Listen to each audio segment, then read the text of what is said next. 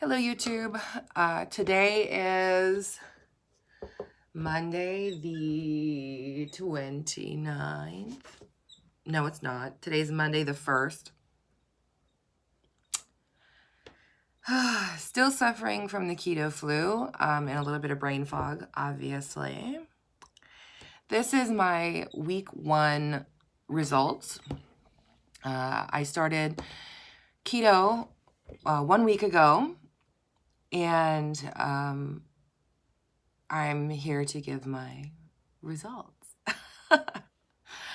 Don't mind the congestion and everything. That's not the keto thing. That is, my daughter gave me a cold thing. So I'm suffering from keto flu and the real flu. I'm not gonna lie to you. Today, when I weighed myself, I was really surprised by my results, and I'm a little blown away.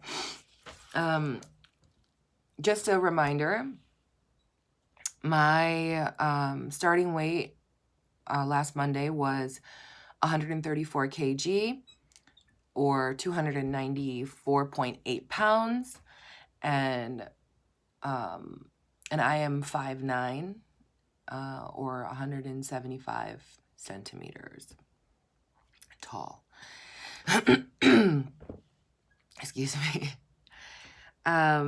This week I have been really struggling with eating enough fat and not eating too much protein.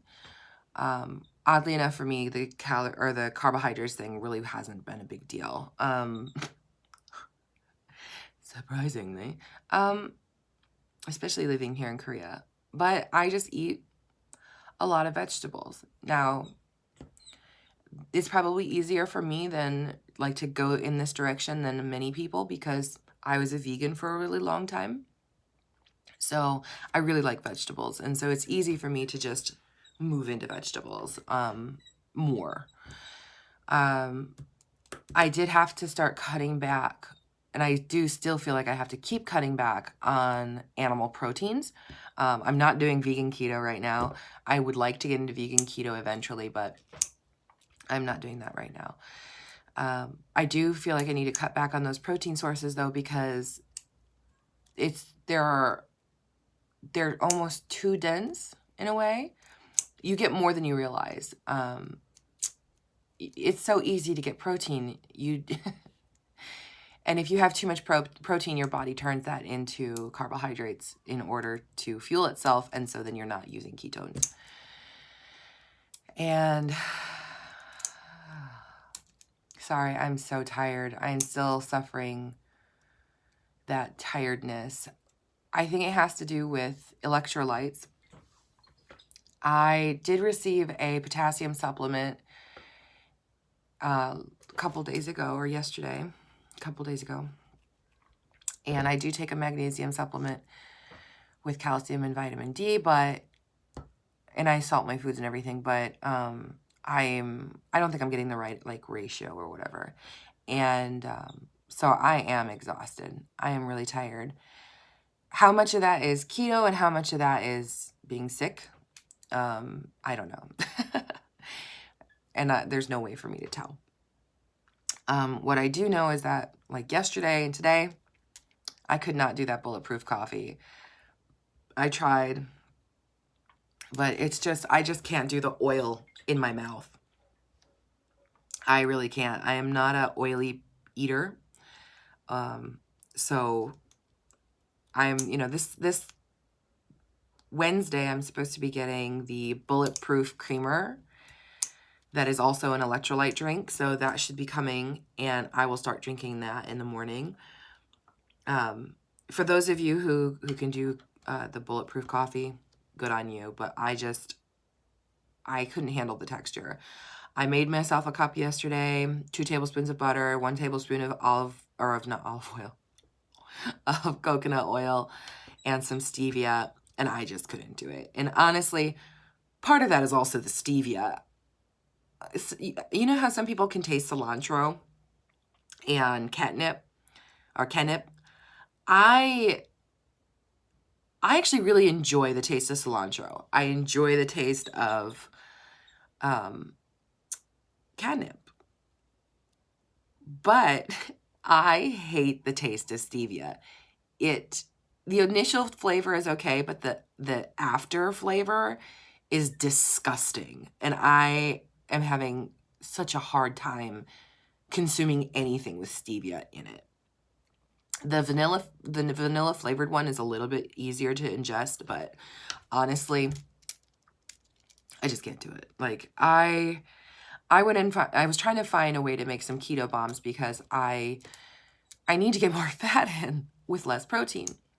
So I thought I will make like, a chocolate keto bomb, and that should, with all that fat, it should work. And part of the requirement was stevia. And I thought, okay, well, this should be fine. I literally ate a bite. I had one bite. I made a thing like this of the pudding, like avocado chocolate pudding, thinking that'll be perfect. No. I cannot handle the flavor of this stevia. And also, to me, avocado is a little bit of a strong flavor to be mixing with chocolate. Now, granted, I used 100% cocoa powder. So that, it's very bitter. It's a very strong, bitter flavor. But that was what was required for the recipe. And the stevia, I guess, was supposed to like take the edge off that. But it's just so... The after flavor of stevia is disgusting. I can't do it. I ordered some monk fruit sweetener instead. That should be here in the next couple of days as well. I'm going to try again with using that sweetener instead. I really hope it's better. Because it's gross otherwise. Let me think. As far as how I'm feeling...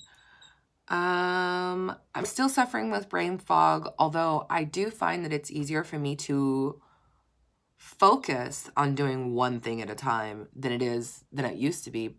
But I'm just very like forgetful right now.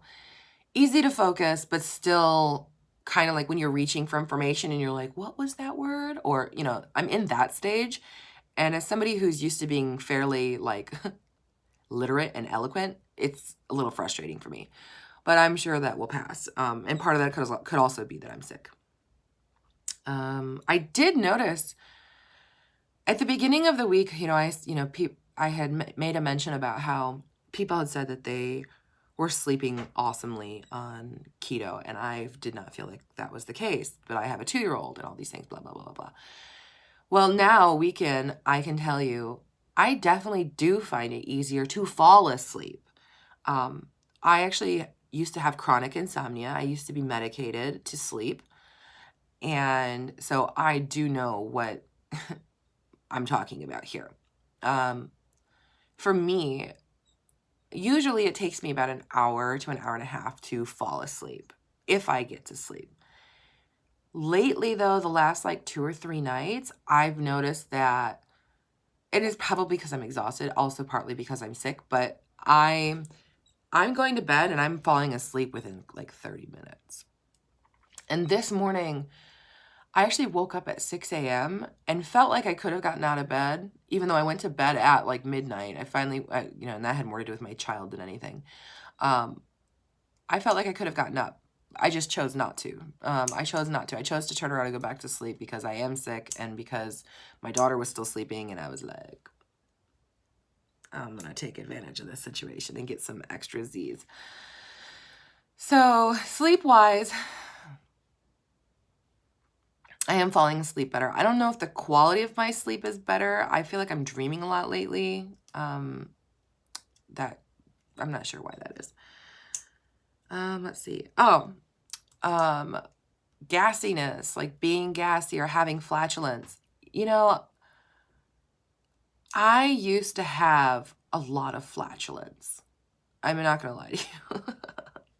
I used to be a serious flatulent individual. And I always kind of just like blamed that on fiber because I was a vegan. And when you're a vegan, you eat a lot of fiber. And I always thought, well, that must be it.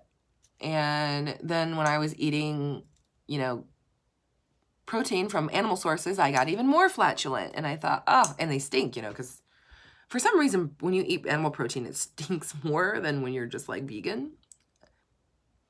Probably from the rotting corpses inside your body.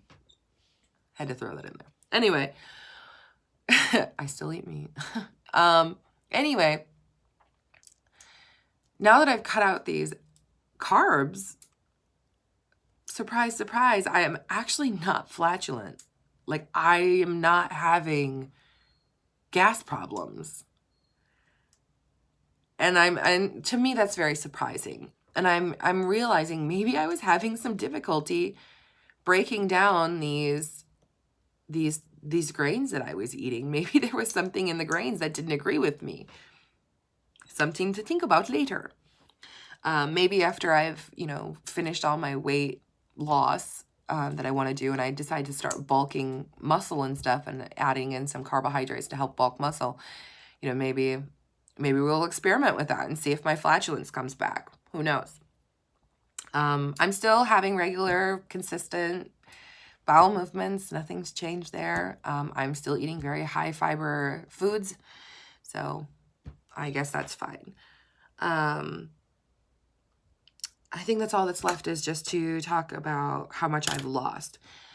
So, this is my body now. And I don't know, again, I don't know if there's much difference, if you can see that physically.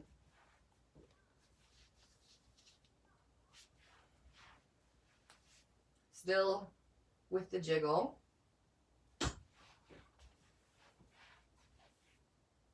I'm all there.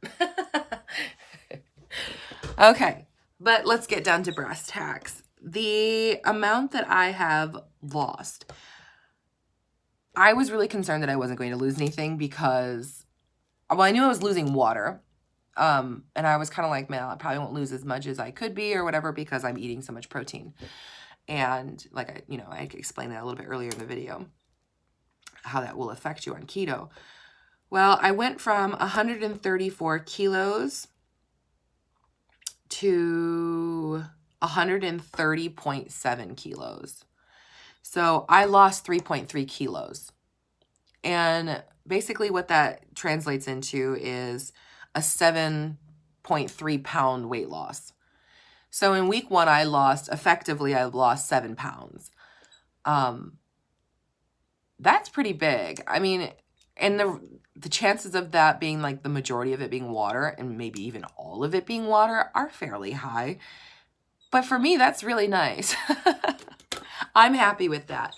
I'm somebody who holds water really easily.